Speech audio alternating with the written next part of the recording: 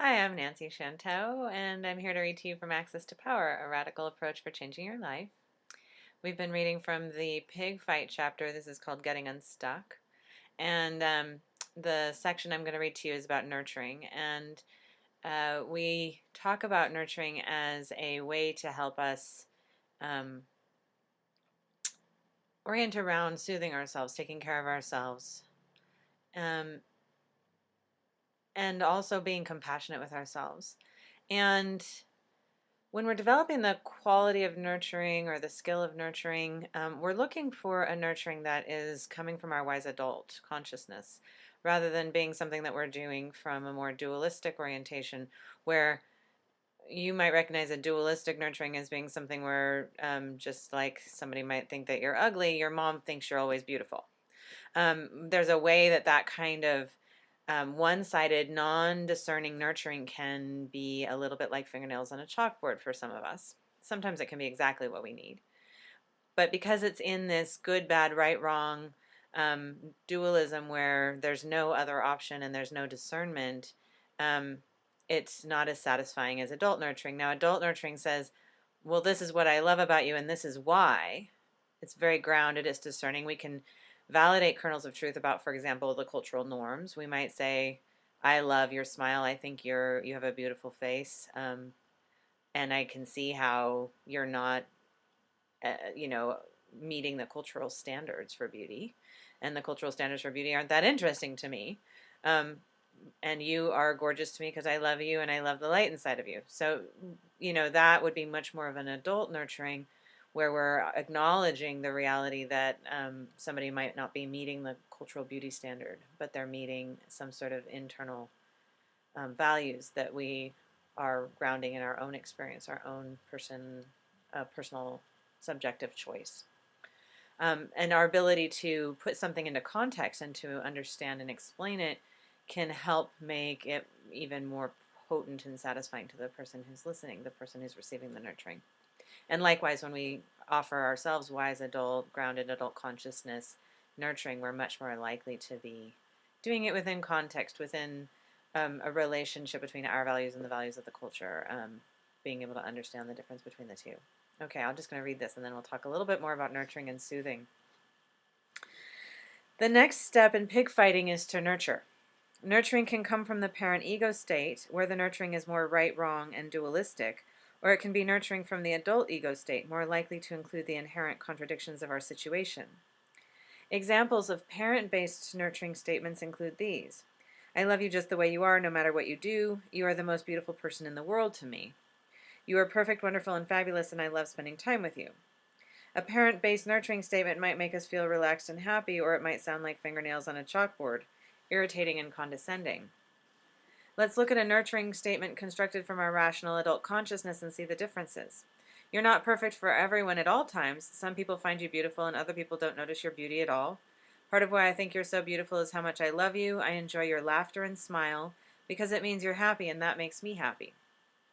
Adult-based nurturing statements usually include a sense of context and personal preferences and may reflect differences across time and geography. We start our adult nurturing statements with what's true, and then we say what's not true and what's also true. Often there's a kernel of truth in the pig message, and when we acknowledge what's true, we are more able to let go of our fear that the kernel of truth is the whole truth.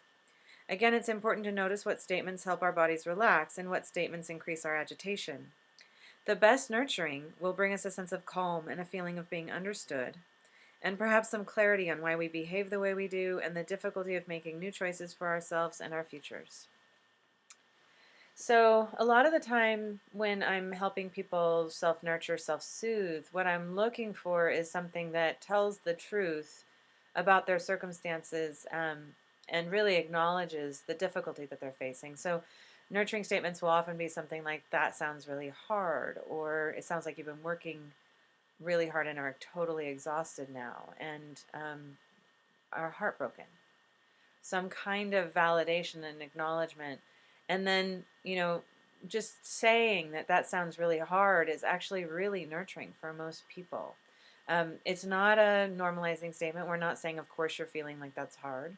We're not saying what's true about it feeling hard. We're just saying, gosh, that sounds really hard. And that amount of empathy, that mirroring and compassion, without any attempt to fix it, without any attempt to change anything, just acknowledge, is a huge place where people can relax and feel.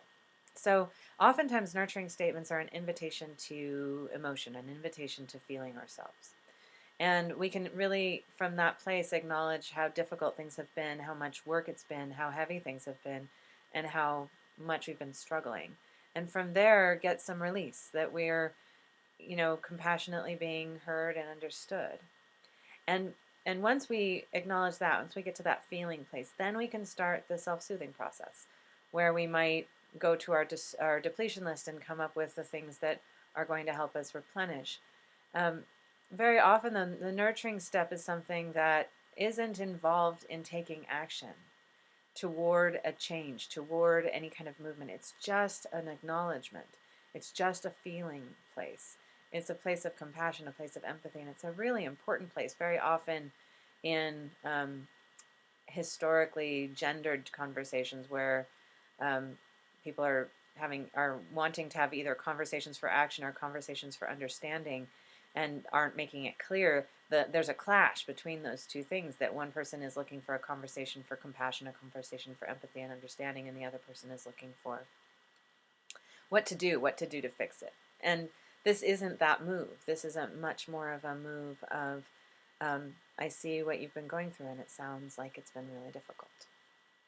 So from there, then we can start the self-soothing process. And once again, self-soothing isn't about taking action towards something. It's about taking care of ourselves. It's about acknowledging where we're at and what we need right now in order to just be with ourselves, to be with our feelings. This is a hugely important step, and it actually is something that takes time. And when we do it well, when we take care of ourselves, really nurture ourselves, really give ourselves empathy and compassion and soothing, very often the amount of energy we have for change increases. But only because we've spent time with ourselves, only because we've acknowledged and been with ourselves and felt our feelings. When we try and bypass it, it can be depleting. So this moment is a very important moment. It's a moment most people are anxious to get past, and it's something that as a culture we tend to just skip either altogether or try and foreshorten. And in that foreshortening, we lose something. I hope that helps.